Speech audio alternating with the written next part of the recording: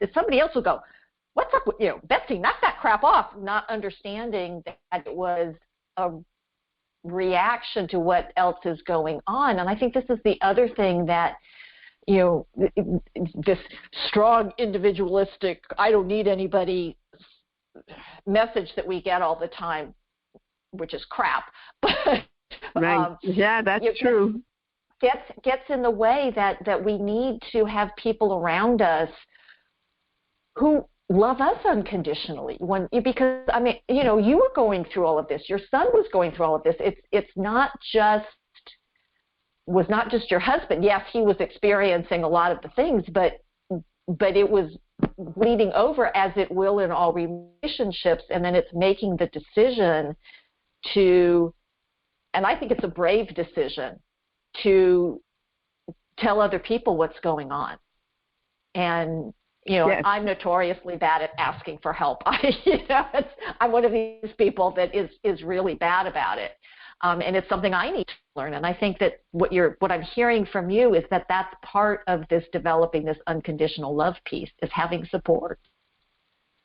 Yes, I'm not one to ask for help.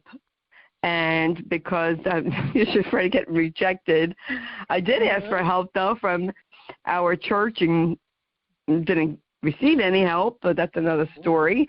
It's a shame that we were abandoned by so-called friends and family members. They run away from a diagnosis of dementia. And I was very bitter against that, and I had let that go too. And I was very, very blunt when Matt was dying, and I said, you know what, if you didn't even call about Matt to say how he was, do not show up with your fake sympathy. Don't want to see it, don't want to hear it. Right. But it's very difficult, especially in a work situation. People talk about you behind your back, and people judge. But we need to stop that stigma and the judgment. And how about saying to someone, I see you're having a rough time. How can I help you? Right. Just to even listen to someone, hold space for them, as they say.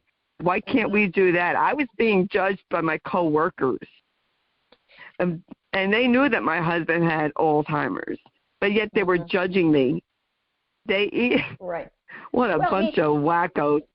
Well, I mean, and a lot of this, and the thing that people, that I want people to understand is that most people's reactions are about them, not about you. And of course, this kind of stuff brings up all kinds of fear. And, and I'm sure, with you, with the Alzheimer's diagnosis, and I know people who've had cancer, they're surprised. They're surprised by who steps up, and they're surprised by who doesn't. And, and this is all about, compassion, and compassion for ourselves, compassion for others. And, if we could be a lot more compassionate, I think that's a big piece of the unconditional love, is that can I find compassion for this other person, even if I don't fully understand what's going on? Right. Exactly. And I understand, and I get that nobody knows what it's like until they live it. I didn't know what it was like to lose a spouse until I lost a spouse. I'm sure I said some things that were incorrect because I didn't know any better at the time. But when someone has a devastating illness, whether it's cancer, ALS, Alzheimer's, some kind of dementia, if someone would just to say to the person, you know what, I'm making an extra casserole tonight. Can I stop by and give it to you? Right. I'm going to the store. Do you need anything? Even that. And in today's world where you could text, you could even send a message. I'm thinking of you.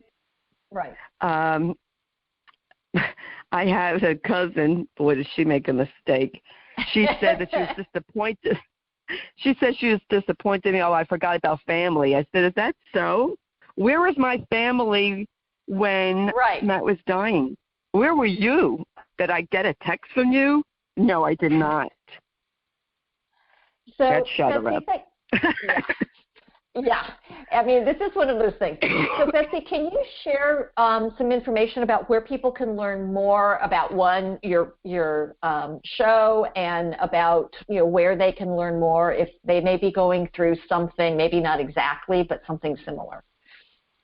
Sure, thank you, Leslie. Yes, my support group is on Facebook. It's called #Kick Alzheimer's Ass Movement. And you do not have to be a caregiver, and I accept people all walks of life are in my group, and we welcome everyone. And you get educated, a lot of education there. And also my talk show, Chatting with Betsy, is on most podcast platforms, Spotify, Spreaker, Apple, iHeart, iTunes, wherever you get your podcasts. Okay. So what I want people to take away is that love is a big word. But more than just a word, love is action. And unconditional love is truly the pinnacle. And it's not about self-sacrifice, but about growth and deep connection to another person. It takes courage. As you've heard today, the outcome is worth it. So hopefully you will have the courage to keep listening to this show. And until next week, stay loving.